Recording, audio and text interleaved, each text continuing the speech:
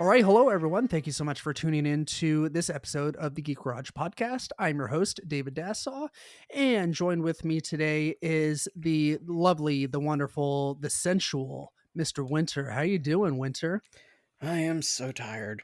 Yeah, Yeah. yeah. Just before we hit record, you were telling me about this amazing show that you got to go to last night, which was Halloween as of this Yeah. recording.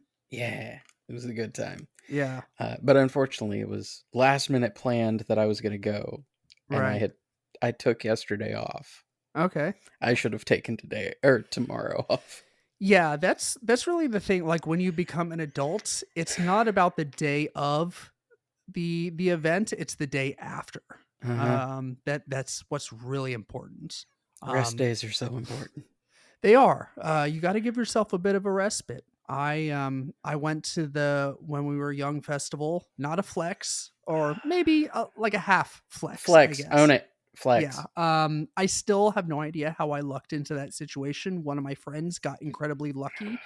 They bought enough tickets for themselves and a friend. A friend couldn't go, so You became the then friend. I was already a friend, but I become the friend in that Nice. instance, and I had enough time to take off to go to the show. I flew in the night before, saw the show. I was at the fairgrounds in Las Vegas, across from Circus, from about 8 in the morning to 12 at night.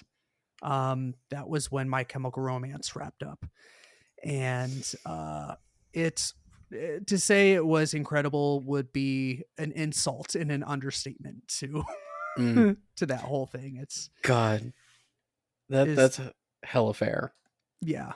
But I mean, to quantify it, if you've Winter, have you ever been to a Warp Tour in the past? Did you ever go to Warp Tour? The closest thing I ever no, actually, no. I got to go to the Corn Family Values tour before it got shut down because that dude died. Oh yeah. Um oh yeah, So, man, I totally forgot about that. That's a bummer. yeah, that was a time ago. But yeah, so it's essentially the same thing, you know.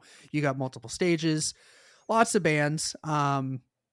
The black and pink stage, they had it set up to where they were like side by side, like Warp Tour style, where one band would play, they would go off, and like clockwork, the next band on the opposite stage would play.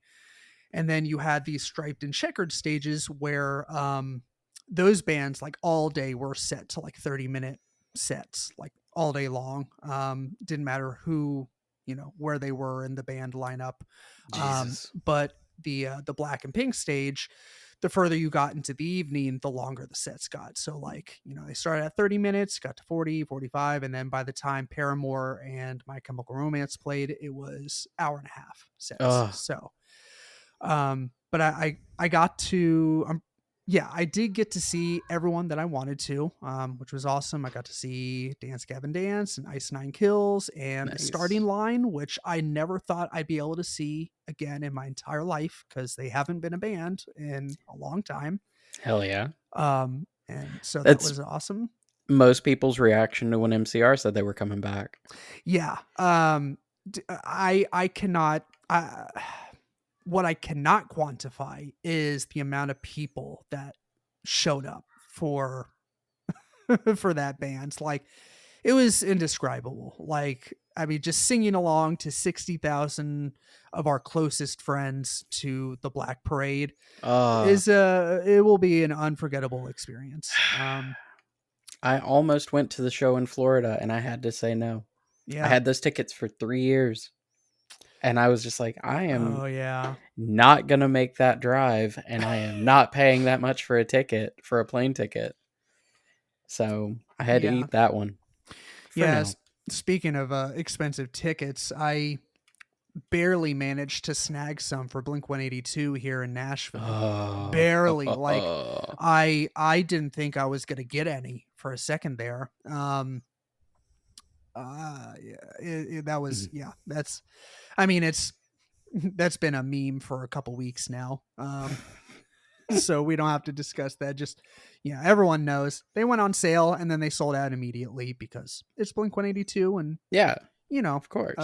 Tom kind of went crazy there for a minute. So We no don't one, talk about Angels and Airwaves. so the first album and the second album I liked. Yeah. Everything in between, kind of, it got a little too celestial and like, I don't know what the fuck you're talking about kind of thing. Too much Angel, not enough Airwave. Something like that, yeah. Yeah. And then this last album that they put out, I think it was last year, is actually pretty good. Like, it had a little bit of a, like, all this stuff that Tom did with Blink, like, it had that feeling to it. So Right. it was actually pretty good. I liked it. But yeah, I am super pumped that Blink is back together, and that we'll get new music from them and tours and Yeah. blah blah blah. So, I but saw Paramore dropped an album or is dropping some new music soon. yeah, they have not skipped a beat. They played their asses off. Haley looked great, sang great. You know, had some wonderful words to and knowledge bombs to drop about activism and feminism, and it's she's a super enlightened cat. I love her. I will never not say that Haley Williams is one of the best things that ever came out of this damn city. She's amazing. Yeah, and it was that was actually the first time I ever got to see Paramore, so that was also a real treat to. Nice. And you know, that of course they played a lot of their hits. Most of what they played was, you know, off the Misery album and all that. So I mean, yeah, that was the time frame they were going for. yeah, So I get it. Yeah, that really was the cool thing about the show, was that since most of these bands, you know, were on the rise in the early, mid, late 2000s, they stuck to like their early stuff. Yeah, some new stuff too, of course, but yeah. But anyways, so despite our ramblings for like 10 minutes about music, it's actually not what we're here to talk about. Correct. I fucked up again. Just a slight technical glitch. I overwrote some episodes that I had on my SD card. I bought this neat, handy little Zoom recorder device not too long ago to help eliminate some other hardware that I was using. I was having to use a laptop and a mixer to kind of wire up our setup, like with all the microphones and stuff. And the Zoom recorder actually eliminates all that, and you just plug the microphones into that, plug in your SD card, plug it into power, and then it separates all the audio onto different tracks for you, which makes it it is really fancy. Yes, for editing, it's like a match made in heaven. But you have to know how to use it in order. Inaugural run. Yeah. It happens. So here's suffice it to say, we played our I guess I should back up a little bit. So Winter, of course, you are our DM for the campaign that we're currently running, right? Correct. Okay. Last I so checked. we have now played 2 sessions, and the first half of session 1 was has been released. The reason why the second half hasn't been released, like I said, I accidentally overwrote those audio files on the SD card because I am a garbage bastard man. Incorrect. Oh, thank you. I appreciate the confidence. So Winter has graciously offered to come back on the podcast for a hot minute to kind of recap everything that you would have missed out on the second half of our first session of the campaign. So Winter, I know this is going to be and listeners, this is going to be kind of quick and dirty, but I'll kind of jump in and help elaborate and fill in the gaps where, because it has been like a month or and a half or some change since that session. It's been a Right while. about. Yeah, it's been So, almost a month. right. So yeah, I'm gonna let you do your thing and recall as best as we can, and I will help fill in the gaps. Um, so yeah. Okay. I will say this would be a lot easier if I were more of a traditional DM who took notes. However, I am also a trash human being who doesn't take notes. No, no, no, no. Do you know Mr. Superman is no here. my only shit. My only notes I have are literally the one that y'all wrote your wishes on that Yeah, is still folded up in my coat.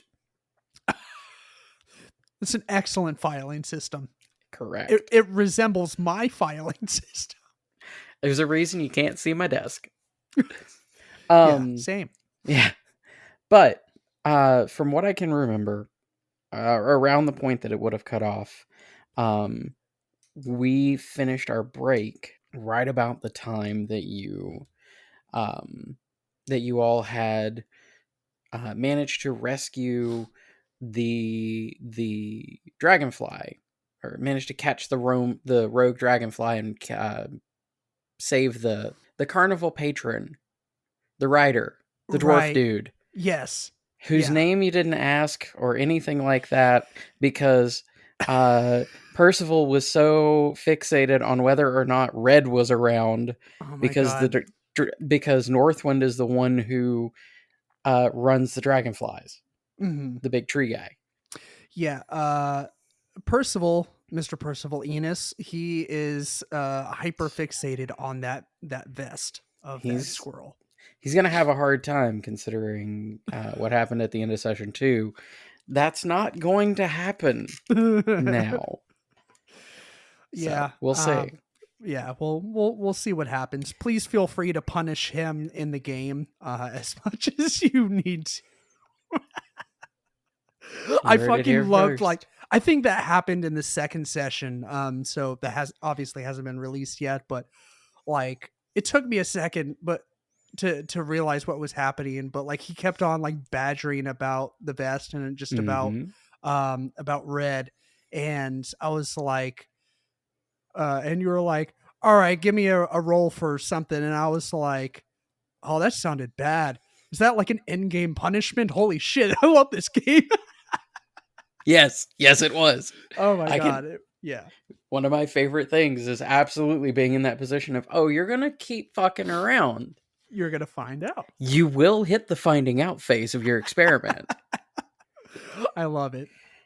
Yeah. It's all in good fun, though, obviously. Of course. Yes. Um, but yeah, no. So part of the thing about the game, at least for that area, is you saw the map and you saw Mhm. those counters on the corners. For anybody who doesn't know, for the first chapter of Witchlight, it all takes place inside the carnival itself over the course of 8 hours. Um, and the DM can move the time along as they see fit, but there's also the other counter is for the mood of the carnival, and Right. things you do impact the effect, impact the mood of the carnival. Mhm. So if you're doing a lot of good things, then the mood gets better, and once it tops out or bottoms out, it helps push the narrative along. I don't know if you noticed, but every time that you guys would do something good, I'd move everything up, and then after a little while, once he started pestering about the vest again, I started ticking it back down. I think I did notice that a little I bit. mean, I was doing it right in front of him, so he could see it. Like, it's right there in front of everybody, and I was Just just like, like pick it up, wave it in his face really violently, and then set mm-hmm, it down in the opposite mm-hmm, direction. Yeah. yep. If it could have glowed neon, by God. Speaking of glowing neon, I really need those glow dice. Like I have found so many freaking dice. Like it's the reason why why I don't have any yet. Like I keep on having to use yours cuz like I keep on like my Facebook feed is just a giant fucking mall with Mm-hmm. an occasional update from one of my friends. Yeah. Yeah. And inside that mall, it's just a bunch of D&D nerds trying to hawk their dice at me, and I'm like, quit it, guys. I'm already having a tough enough decision as it is, trying to figure out what the hell I want to buy. Because like we got the traditional dice, which are beautiful. We got the super elegant dice that like have like that are like metal laser cut that have like twisting dragons on it. It's just I'm Mm-hmm. just like, how the hell is this possible? And then like I said, you have the glow dice where you roll it and like it glows, and like the number that you Mm-hmm. land on that glows in whatever color. And then another set of glow dice that are called orb dice, Yes. and they have a video showing exactly how it works, but they're balls and you roll them, and like it has like a little, like I guess, weighted ball in the middle that helps the dice actually land on something instead of just continuing to roll. It's super cool. I want it all. And I will be poor by the end of this, so Yep. Welcome yeah. to the life of someone who plays D&D. It's all good. I didn't know that this is what I was getting myself into, but this is where we are now. There's no turning back. Welcome to my addiction. Um, so after completing that part and the pestering of Northwind looking for the squirrel and finding another squirrel that wasn't red, um, so the orchard was done, and then the dragonfly, and then there were the kids. You heard the two kids playing, Yep. and that's where you guys met Dirla, Hmm. Dirla a displacer beast who works for the carnival. Right. Uh, Panther tentacle neck thing. Cool dude. With I believe Dirla had a Russian accent. I cannot remember. I think that was right. Yeah, there was definitely a Russian accent in there, and I want to say that that was it. Also, those character cards are super fucking dope. Yeah. And the artwork, I love it. Like, I just want a pack, like just to have and look at, because Yeah. like they like the amount of effort that is done. Like, I mean, I know I sound like a total newbie and novice, uh, but like Just. I've never played D&D before, so like all this is new, and it's like amazing, like the effort that Mm-hmm. goes into it. So I just, everyone that's listening that has played D&D before, just take your takeaway should be that I am super appreciative of the this game and like excited to play. So Yes.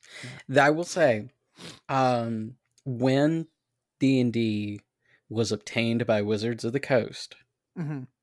because that's when a lot of this marketing shifted.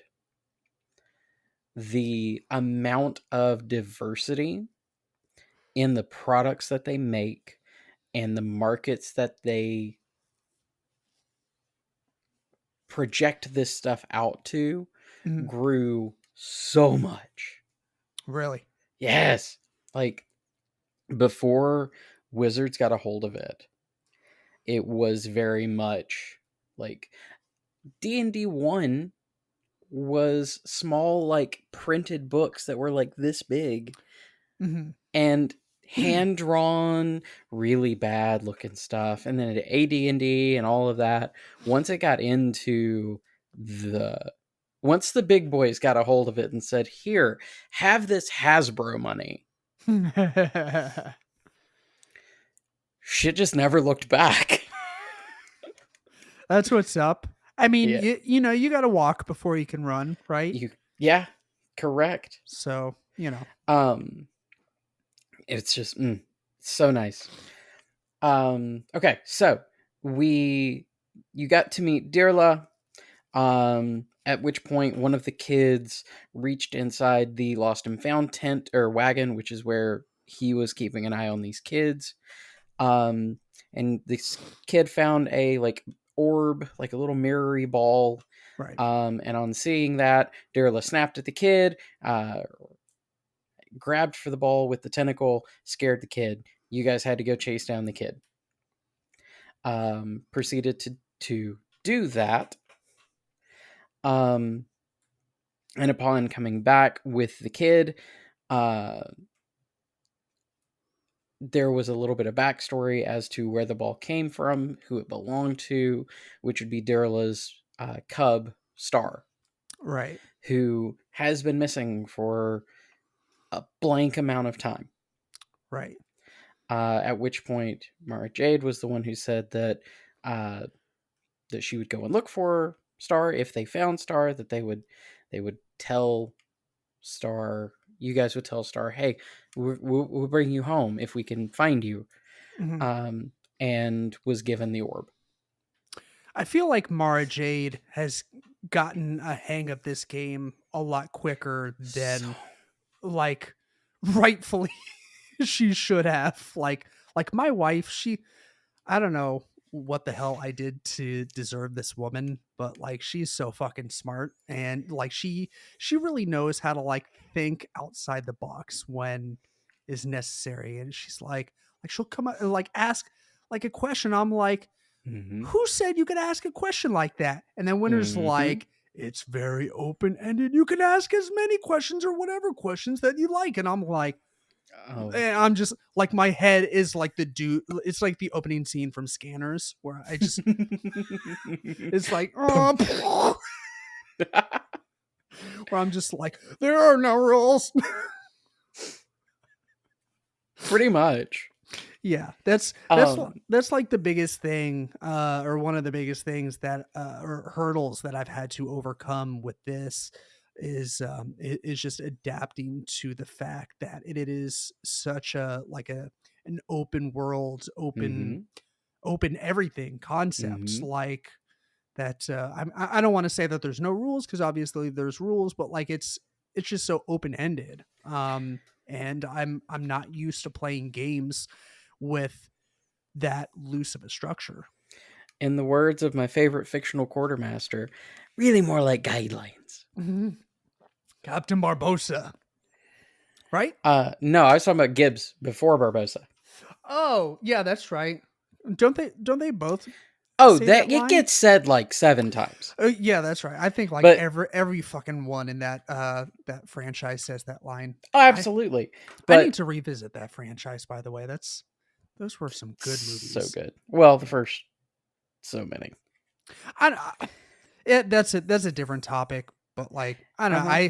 I will agree that they kind of went downhill after a bit, but I still found a way to enjoy all of them. That's fair. That's Yeah. very fair. I only watched up till like the 4th one, Did and you then I just kind of my interest fell off, not because my interest itself was just waning. I just got pulled to other stuff and never went back. Sure. I So, yes, there's plenty of stuff like that yeah. that's happened to me too. So totally get it. Yeah. I mean, I'll probably go back to it eventually. But uh, that being said, to go back to what you were saying though about how that's a hurdle that you're having to overcome, it goes. There is one thing I want to say about it, and then I'll finish this up because we're almost to the point of where the first session would have ended. Right. Um, one of the things that I think is great for people to remember about D&D playing is it's very much it's like improv. Mm-hmm. Like the only thing that will prevent you from going forward is a no, and it's really hard to get a no. Like let's say you're in a situation where you have to like you've got to pick a lock, which is actually topical for your character being a rogue and Right. having that ability. Mm-hmm. Um, but let's say you need to pick a lock and you not only flub the roll, like fail the check, but you roll a 1. You get the equivalent of not only no, but hell no. Right. Which is entirely possible because my Ah, rolls are uh, uh they're you either very high or incredibly low. Could go either one or way. the other. Yeah. Yeah. But even in a situation like that, let's say you're in that position and you now want it. Typically in a situation like that, oh no, your thieves' tools have broken, and now the door is jammed. It's not, even in that situation, it's not a no, it's a, okay, this avenue is cut off, how else can you go? Right. Like, there are so many, the opportunities for thinking outside the box far outweigh the possibilities of me saying, no, you don't want to do that. No, you can't do that. Right. It's very, very rare that I'm going to tell anybody you can't do something. Right. Except hunt down that fucking vest. Yeah, that's a different story. Yes. When you know, that's not the first time you've mentioned that D&D is like improv. Um and it really makes a lot of sense, and a lot more sense now, like, cuz before I played, I just heard through either friends or like reading articles online about all these actors that secretly, or quote unquote secretly, play D&D. And when I say secretly, as in like they weren't hiding it, you just didn't know that they played D&D in their spare time, like Yeah. Henry Cavill and Charlize Theron and And like Vin Seth Diesel. and Vin Diesel and like Seth Rogen, like, and you know, like the quote unquote like real or like true nerds, or like your nerds that you would kind of assume like, yeah, they play D&D, like One Jay of my, Baruchel, or yeah. you know, but like Charlize Theron and like Henry Cavill, it's a little bit more surprising. But when you know, like, going in, like I said, you know, D&D was new to me, so I Mm-hmm. didn't realize how much improv there is. Now it makes a lot more sense how it would attract a lot of actors, because actors take improv classes. Actors love improvising, at least a lot of them do. Mm-hmm. And so naturally it makes sense that D&D would be a game that they enjoy. So I was like making that connection in my head. I was like, oh, that's really cool. Like, to kind of understand exactly why that Mm-hmm. it works out like that. So 3 groups of people that I know are super prominent in enjoying D&D. Kids, mhm, creatives like actors and band people and all that stuff, right. and neurodivergents. And I'm kind of like all three, at least. Same. At least a kid at heart, I suppose. That one. Yep. Not Kid me at heart. sitting here with like model kits are all around me. So yeah, no. I mean, the whole reason why we decided to grow up into adults anyways is so we could get Adult jobs money. to make money to buy the shit that we couldn't afford as kids. Like, Adult money. exactly. What's the point in growing up and making money if you can't go back and buy all the shit that you wanted and couldn't get, like those collectible Power Rangers, Mm-hmm. like with the flip heads, like Mm-hmm. now you can buy that shit. Sure, it's like $300 on eBay, but fuck it, go buy it. Yep. like Yep. like screw the lights, like Cat Williams said in that 2008 special, like, you got 18 candles just waiting to burn those motherfuckers. Fuck that electric bill. Uh-huh. The only reason you need the electric is to have internet. Exactly. So yeah, maybe pay that electric bill, like find some other thing to skip out on. Just cut off all the lights you're not using all the time. Let the AC run only when it's gotta. Mm-hmm. Like get it to where everything's optimized and you can have $100 electric bill in December. Are you gonna have blankets? Yes. Are you gonna have blankets and things you want? Yes. And that will make you a very happy camper. Damn right. Money doesn't buy happiness, but money buys things that make you happy, and therefore, by proxy, Yeah. money buys a little happiness. There's a a treat. weird there's a weird kind of muddy line there. Mm-hmm. But it 100% makes sense. Yeah. So eloquently put. Okay, so got the orb from the Displacer Beast from Derla. At that point, you guys went over to the carousel. Yep. Where you met Diana. Yes. The centaur who's not a centaur. Yeah, that wasn't confusing at all, especially because I was like, I think, what do they say, like 16 shades to the wind? Yeah. Or whatever. Yeah. I was litty titty as the kids say. Yeah. So I wasn't fully comprehending what the hell was going on. So um, person, horse died. Happened to have the opportunity to make a a request of a greater power, wanted to be reunited with their horse, and was reunited with their horse in the worst way. yes, like a human centipede style, less gross. Centaur, like literally in the books, looks like a centaur, except fully colored like a paint, Okay. where just that dappled look all over head to toe. Hmm. Okay. Um, but also very, very, very, very adamant. Not a centaur. I just made a bad choice. A Um, but centaur, but not a centaur. correct. Cool. We're all on the same page. And no one asked her name, which was great for me because I got to avoid the unfortunate pun that is her name, which Mhm. is Diana Cloppington. And there is nothing in the book that says that was not her name before this happened. There's nothing in the book that says That was not her name before she became what she is. When she was just a regular girl, her name might actually have been Diana Cloppington. She might have been a horse girl. I mean, And now she's a horse girl.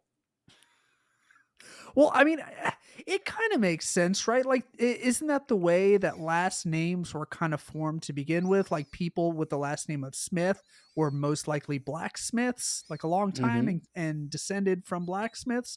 It's kind of Mm-hmm. like that. So maybe they descended from some people that ranched horses or centaurs, and they decided to take on the name of Clop, Sir Clop, Clopping, or Cloppington. I appreciate how far you just rabbit holed on that. Hey, maybe one day I'll make a good DM. I'm sure you would. I honestly, I would kind of love to. It's a bit intimidating, but I feel like I could one day. Oh, yeah. I could do a decent job. Here's the thing, you don't have to do an entire campaign. You literally can dip your toes in on a one shot module. Yeah, that seems like the right place to start. And it's always a good time to start on something like that. Yeah, for Um, sure. and it's just enough to give you that bug. And I will say this though. The only downside of being somebody who DMs a game is it absolutely cuts the amount of time you get to be a player by like 80%. Right. I'm in 4 games. I am playing one of them. 5 Man, games, playing 2, actually. Yeah. oh my god. Like that went up by 3 games like the last time that we talked, or maybe 1 game or 2 games. I've lost track. Like It went up by 2. yeah, you're a madman. Like you must really be a glutton for punishment or just No, my schedules work out perfectly in the thing that our game is on a Friday night. mhm, My other game that I'm playing in is the opposite Saturday night. okay. So I still get 1 day a weekend because my stream game is every Sunday night if we can show up. And then anything else happens to fall in between. Like if we don't want to run my game on a Sunday night, we'll run the other two, one of the other two. Right. So Well, obviously you enjoy it, or else I imagine you would have shot down the the request for I love DMing. this. I So love doing this. yeah, It's my favorite thing, I think, in my adult life. that's a tall statement right there, good I sir. know, right? Like, and I'm not even But that good at it. I mean, we're having a ball, and That it's a lot of that is due to you, good sir. So I appreciate that, yeah. but But um, anyways, uh, so let's figure out what else happened with right. this centaur, but not a centaur. Yes. So you were having the conversation with Diana, and there was a point where something was said about the things that were lost. At which point, Diana immediately froze up and explained that she couldn't say anything else about it. However, she said that the carousel needed some quote unquote repairs, and that she would be willing to shut the ride down for a little while in case you wanted to, try and figure it out. Wink, wink, nudge, nudge, elbow, elbow. At which point there was the first puzzle that you all got to actually do, which was um, basically there were 8 different horses on the carousel. 4 of them had their names fully visible, and the other 4, the names were missing letters. Right. And it ended up being oh Lord, I can't remember the name of the term. Yeah, It it was wasn't like like a word scramble. Like no. we had like 1 or 2 letters of the name, and Mm-hmm. then we had to fill in the blanks. But I forget exactly. Like I think you gave us like a couple of clues. Yeah, because they were based off of like proverbs or whatever the other That's word oh is. yeah. Uh huh. Uh huh.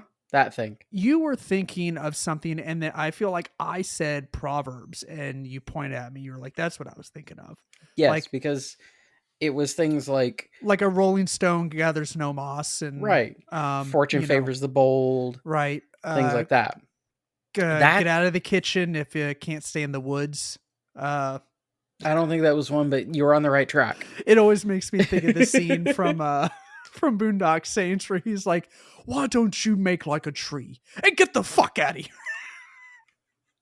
I love it. Yeah, I love that old man. yeah. Hey, Um, fuck ass, get me up here. fuck ass. the, the fact that his name was fuck ass is just amazing. And then like the next scene you see him at the hospital where like they're Mm-hmm. giving him like all the guns and stuff to hide, and he's like walking by the It's a nuns, and he's like fuck yes, ass. because it was a Catholic, Hospital basically like a or Catholic volunteer shelter with a yeah. hospital sort of thing set up in it. Mm-hmm. The late '90s, early 2000s were weird. Yes, Um, that they were very very weird. good times. But you guys managed to figure out all of the proverbs. You made the matches, and at which point you were all able to during the ride, because once you did this, the ride itself kicked on. Everybody got to get on a horse and have a free carousel ride.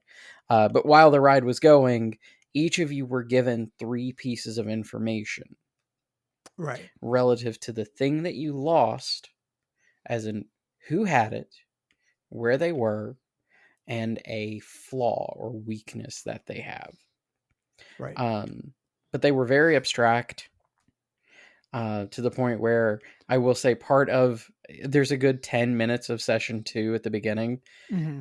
Once someone made a mention of it, that y'all just kind of went back and forth about trying to ask people about this stuff. And I'm like, they don't know. These people don't know. They are going to look at you weird. It is like the like 98% of Are You My Mother, where that little what was it, the duck or goose or something like that walking around, and it's like Are You My Mother to It like was this a giant fucking excavator. it was a little duckling. Yep. Yeah, that was like one of my favorite books growing up. Like Yep.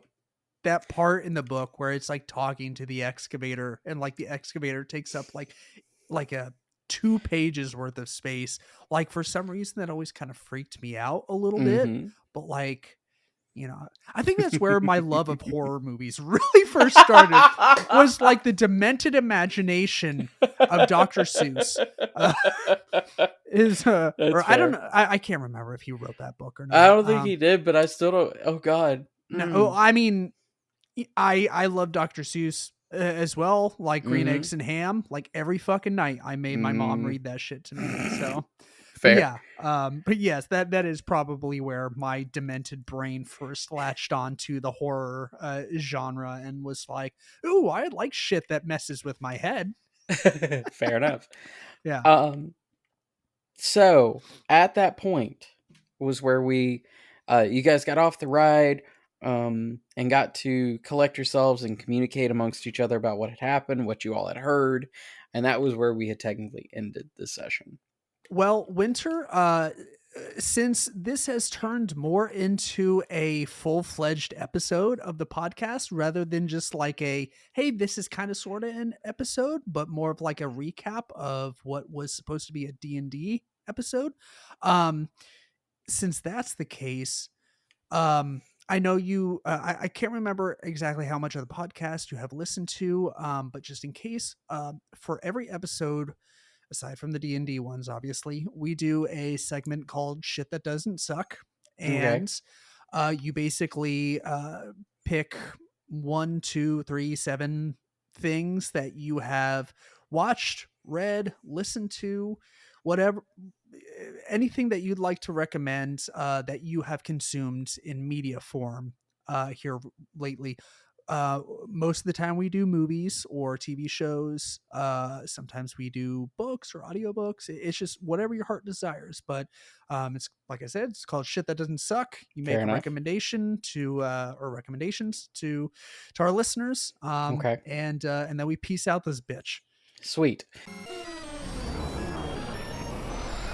Shit that doesn't suck.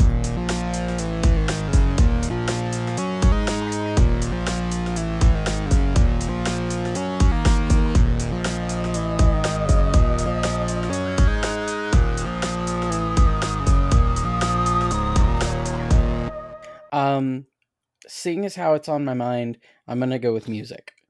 Dope.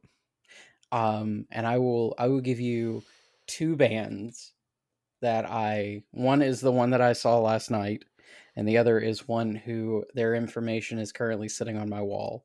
Okay. The first one is Planet Booty. Yes, we were talking about this before we Yes, recorded. love them to death. They are out of California, Ooh, what part? and Do you know? L.A. Okay. I know that Dylan is actually was born in Indiana, Oh, which is okay. weird. Considering he's very, very much not who I would imagine being from Indiana. Sure. But they do funk, kind of. It's got a little bit of a comedy mix to it. They are very much about positivity, like body positivity, identity, and all that other stuff, and being comfortable with yourself, and being nice, and being good, and being sexy, and being all this other stuff. And it's a very good time. Mhm. But it's called Planet Booty for a reason. Sure. Exactly. Yes. Okay. And the other band is someone who I found them through, Okay. which is Tupperware Remix Party, TWRP. Why does that sound familiar? Live action Daft Punk, basically. Okay. So it is I'm with it. it's a 4-person band from Canada. Okay. They have been around for what feels like at least 15 years at this point, Okay. considering they are our age. There's somewhere online you can go on YouTube and find an original video of them on Canada's Got Talent when they were Oh, just in wow. morph suits. Nice. They've come a long way. But again, very, very inspirational, very like positivity, all that other stuff. Also very funk related. Like most of their albums sound like a mix of modern music, Daft Punk, and the 70s. All right. Um, as they like their big thing that they always say is that they are uh, they are a band of space traveling musicians who are from the 1980s, but also the future, but also outer space, and also Canada. That sounds like a highly accurate description of a band based out of Canada. Right, Because right. Canadians have a very wacky sense of humor. Yes, And that sounds right up their alley. So yeah, absolutely. that is on par. Yeah. But they're good friends with Planet Booty. They're good friends with a couple other bands. They actually know the Protomen, Oh, okay, right on. from out near where you're at, actually.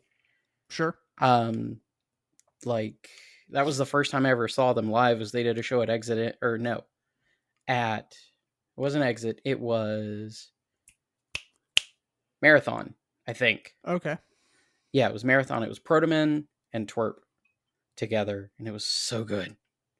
right on. But I highly recommend both of those bands. Um, they are wonderful people if you need something to pick you up. Okay, those are awesome suggestions. Listeners, definitely make note if you're looking for something new to listen to, and uh, as well as a pick me up with some positivity. So Mm-hmm. definitely check those out. Yeah. Well, since I blabbered on about music for like an hour at the top of the podcast, I will eschew the music entries, and I will do my typical movie entry that I do 9 times out of 10. I had been waiting for Nope to come out. Jordan Peele's third and most recent film. Um, it had been available since like the beginning of October, like Mm. to either buy or rent digitally. But I do not like to buy digital movies because I don't know, like if a DVD or Blu-ray or whatever comes with the digital copy, perfect. Yeah. I will take that. But I don't like to like I'll rent something digitally. I don't like to buy something like pay $20 for something that I can go out to like Best Buy and spend the same amount and have like the physical copy that I can like put on my shelf because it like appeases the collector in me. But anyways, You need the thing in yes, your hands. I like the hunt. I like going and looking for it and finding it, that little endorphin rush when you're like, oh, there it is. And then paying for it and oh, so I did get it at Best Buy and I found a PlayStation 5 out in the wild. Like someone like had just bought it in front of me and I didn't Oh realize my it until god. like he was walking away and I was like, like it was just They a do beam, exist. like a beam of light was like shining on it and I was like I looked at the dude, he was looking at me like, what the hell is your problem? And I was like, I just never seen one out in the wild before. He was like, yeah, me neither, dude, and I work here. Oh no, poor baby. I know. I was like, yeah, man, I've been waiting for a long time, hoping to get my hands on one, a disc version. uh, so I we'll will see. I will send you the info for a guy that I've been following on Twitter for a while, Uh-huh. who every day or two, he'll make a list of all the places online that are carrying them, Oh, like all of dope. the systems. I just haven't bought one because I haven't saved No up money. that money. Right, because who just has a random like $600 lying around to drop on a Correct. new console? But Correct. yeah. Anyways, so all that to say, my suggestion this week is Nope. Uh, go into it as blind as humanly possible. You will be rewarded in the end. Don't read any reviews. Don't read any critiques or what have you. Just go into it blind, and it's amazing. I learned today, I was listening to a podcast on it, same cinematographer as that Christopher Nolan uses, which is a little surprising because usually Chris Nolan's films are very desaturated, Hmm. and this movie is the exact opposite of that. Like it's I'm pretty sure it takes place in Texas. And big open landscapes. They live on a ranch. Mm. Stephen Yun's character, he owns his own business, and that is basically out in the middle of nowhere. So these beautiful scenic shots, and big blue skies. It's absolutely gorgeous to look at. Like you could just turn the volume down and just watch it that way Hmm. and still get plenty out of it. So definitely recommend it. Even if you're not into horror, you'll still get some out of it. It's amazing, perfect. Okay. So that is what I recommend. Nope. Nice. So I'll have to give it a watch. yeah. Anyways, Winter, do we miss anything in terms of our recap, or do we cover it all? I think we hit all the important bases. Anything that we missed will either be covered in the quick recap for session 2 or during session 2, I think. Excellent. And I'm Excellent. so excited to pick up for chapter 2. Yes. I'm so excited. Yeah, I feel like we're gonna really get into the meat and taters of this thing. Very much so, because everything that you guys have done for the past 2 sessions, Mhm. A, there are little pieces of it that do impact the rest of the story, but Oh, okay. B, everything changes. So the whole dynamic starts to shift from here. Oh, wow. Okay. So I can dig it. I'm excited. So I'm looking forward to it. awesome. Well, Winter, not only a huge thank you for coming on, period, but for being gracious with your time, um, and agreeing to come in and make me look better. And like I actually know what I'm doing, uh, and helping me fix this issue of missing podcast time. So Hey, it happens. New yeah. stuff is fun to work with, and sometimes side effects. So it's a pleasure to be here. Well, I really appreciate it. And listeners, thank you so much for tuning in. Like always, you can subscribe to us if you haven't already. We're on everything: Spotify, Apple Podcasts, Google Podcasts, blah blah blah blah blah. And yes, we're on YouTube. We get asked that a lot. Leave us a rating and review if you like the show. If you don't like the show, I can't stop you from leaving a a rating and or review. I can. But my line used to be like 1 stars or 5 stars. None of this middle of the road bullshit. You commit to the bit, and if you leave me a 1 star, I will take a shit on your porch. That was like my whole spiel, which is a ridiculous spiel for just the rating section of our sign off. But anyways, if you made it this far, thank you so much for listening. And always be kind, stay geeky, and eat lots of cheesecake. Bye bye.